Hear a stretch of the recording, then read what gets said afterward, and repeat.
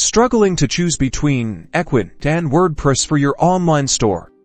Let's break down which platform reigns supreme. First up, ease of use. Ecwid shines here. Its drag-and-drop interface makes launching a store incredibly simple.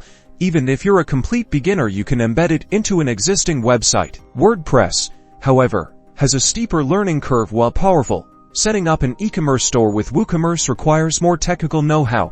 Plus, managing multiple plugins can be challenging. Feature-wise, Ecwid packs a punch with essential e-commerce tools built in, like product management, order processing, and marketing integrations. Think of it as an all-in-one solution. WordPress, with its vast plugin ecosystem, offers unmatched customization. You can tailor your store to almost any specific need with the right plugins and themes, although this can add cost.